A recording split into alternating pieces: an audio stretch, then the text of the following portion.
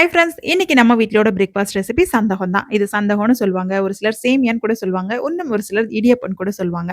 இதுக்கு உங்க ஊர்ல என்ன பேர் சொல்வீங்க அப்படிங்கிறத கமெண்ட்ஸ்ல ஷேர் பண்ணுங்க. நம்ம சந்தகம் செய்றதுக்கு நல்ல கணக்கான பக்குவத்துல நல்ல தண்ணி நல்லா கொதிக்க வச்சு ஒரு ஆவி போனோட்டி ஊத்தணும்னு அம்மா சொல்லுவாங்க. அதே மாதிரி ஊத்துனா தான் நம்ம நெருக்கக்கூடிய அந்த சேமியா நல்ல பூவாட்ட வரும். இல்லாட்டி மாமியா மாரி நம்மள பார்த்து மொறச்சுக்கிட்டு இருக்கும். மாவு கெட்டியாயிடும். ஐயய்யோ! இந்த வீடியோ பார்க்குற மாமியாமார்கள் யாரும் என்ன தப்பா நினைக்க வேண்டாம். மாமியாமார் எல்லாரும் அப்படி இல்ல. நெறைய பேர் நல்லவங்களும் இருக்காங்க. அதுல எங்க மாமியாரும் ஒருத்தவங்க ரொம்பவே நல்லவங்க.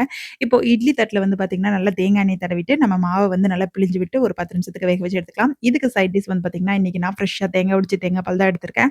இதுக்கு நெறைய பேர் மட்டன் குழம்பு, பாயா இதில ஊத்தி சாப்பிடுவாங்க. ஆனா என்னதான் இருந்தாலும் தேங்காய் பால் ஊத்தி சாப்பிடுற டேஸ்ட்டே ரொம்ப தனியா இருக்கும். இப்ப நம்ம இட்லி தட்டுல ஒட்டாம பூ மாரி நம்மளுடைய இடியப்பம் ரெடி ஆயிடுச்சு. அத அப்படியே சுட சுட ஆவி பறக்க தட்டுல வச்சுட்டு, மேல நல்லா நம்ம ஃப்ரெஷ்ஷா எடுத்த தேங்காய் பால ஊத்திட்டு நாட்டு சர்க்கரை போட்டு சாப்பிட்டா டேஸ்ட்டு சூப்பரா இருக்கும். யாருக்கெல்லாம் இந்த ரெசிபி பிடிக்கும் அப்படிங்கிறத கமெண்ட்ஸ்ல ஷேர் பண்ணுங்க. நாளைக்கு பார்க்கலாம்.